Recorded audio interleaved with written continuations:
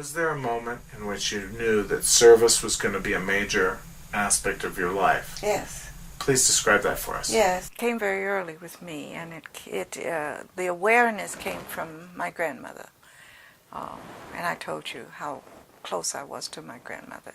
My grandmother just was a very loving community person. And the community knew her as Ma Johnson, because she would stand in the door halfway, and people come down the street, just like you described not too long ago. She said, well, would you like to come and have some of my biscuits? Are you hungry?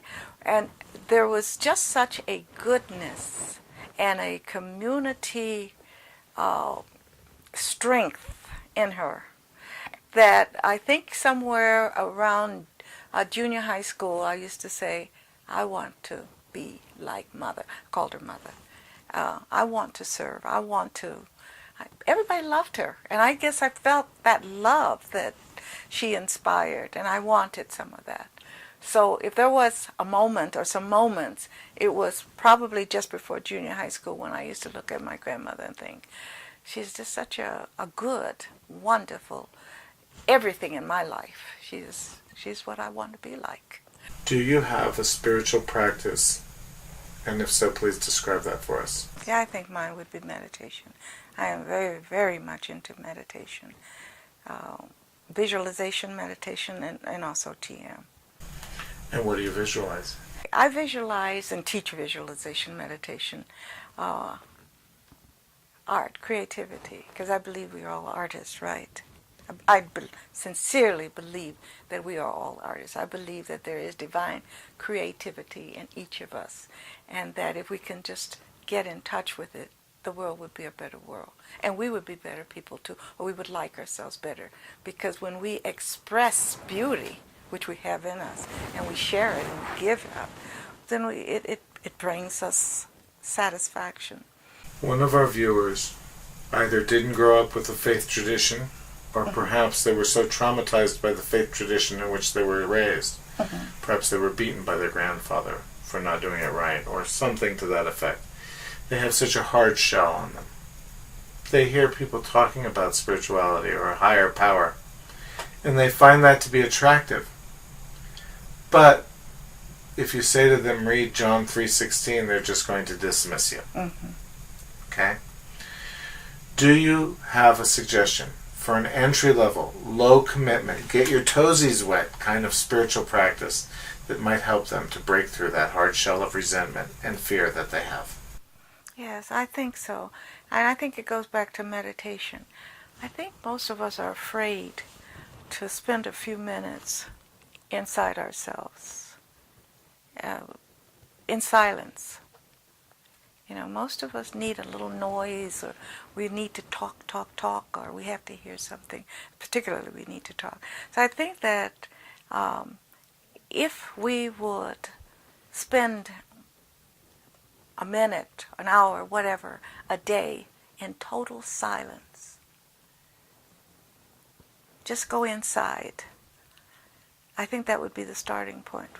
Because then we, I think, get to know ourselves, or listen to the stillness. I was in an African village once where they had still hunters. What's a still hunter? Well, they sent people, especially young men, warriors, out into the jungle, and they tell them, you have to go out there and find still. You have to be quiet. Stillness. But they call it still, because it's still. But it's more than stillness, because find a place and keep quiet, and so still that even the birds and the bees and the insects will come around you and ignore you, not be afraid of you. And until that time that you can find absolute still, that you're not worthy to be a leader in this village. And so they were called still hunters. And these are the people who went in and got in touch with themselves. In other words, they cleaned a place out in their minds that other information could come in, or spirituality, I would call it, or whatever is sacred to them and special to them. And I just absolutely love that story. I'm going to describe two hypothetical viewers for you. One of them is well-to-do, educated, pretty wealthy, active socially.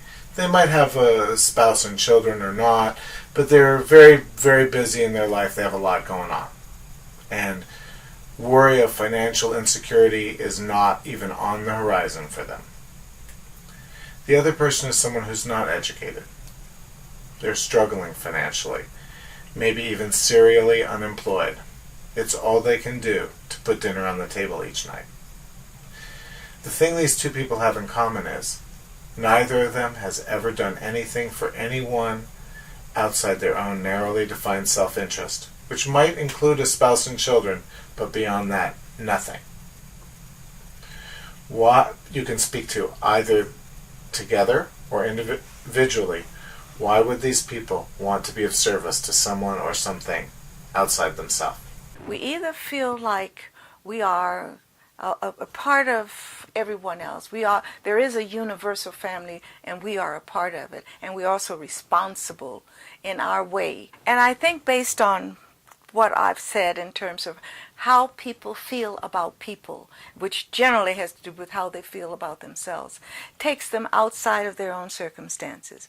Now, there are people, of course, who said, I'm so poor, I'm not doing anything for anybody, because me, myself, and I. But I also want to believe and do believe that there are people who have all kinds of things, all kinds of money, and in good shape, and still have a sense of humanity, a sense of being a part of a universal